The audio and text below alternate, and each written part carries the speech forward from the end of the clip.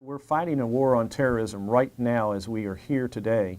I don't think we can have a serious discussion about a war on terrorism if we do not control who comes in and out of this country in a more serious way.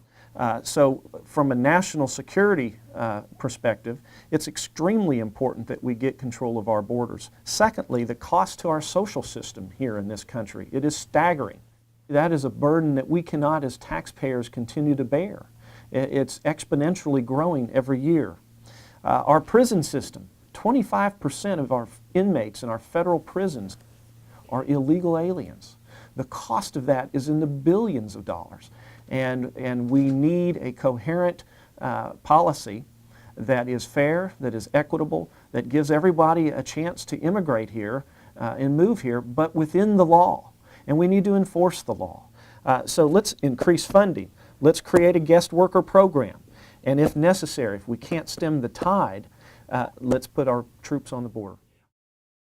So I want to be a force in Congress for creating and protecting American jobs. The Department of Labor has recently published some statistics where it has said that since 2001, America has lost over 3 million high-tech and manufacturing jobs to countries like China and India and the Philippines. And what can we in Congress do? Well, a lot of things. Number one, through our tax policy, we could be a little bit more tax-friendly to our corporations.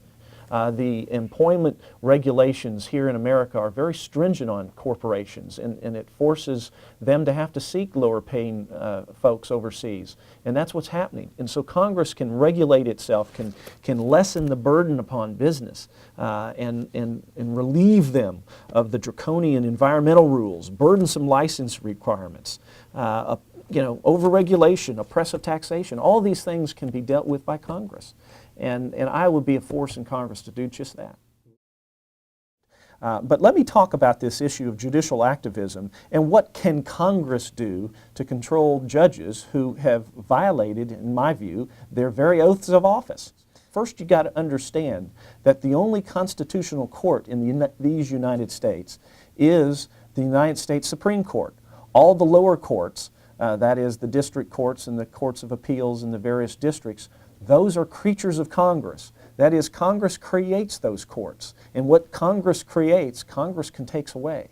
Now, secondly, the power that Congress has is to impeach. Congress has the power to impeach judges for high-handed behavior. The third thing that Congress can do, and what a lot of people don't understand and know, is that Congress can come in and actually limit the appellate jurisdiction that the Supreme Court has over subject matter issues by simple majority vote. They do it every day on other types of issues where they simply place in the bill that the subject matter of this bill is not within the jurisdiction of the United States Supreme Court or the federal system. Period. That's it.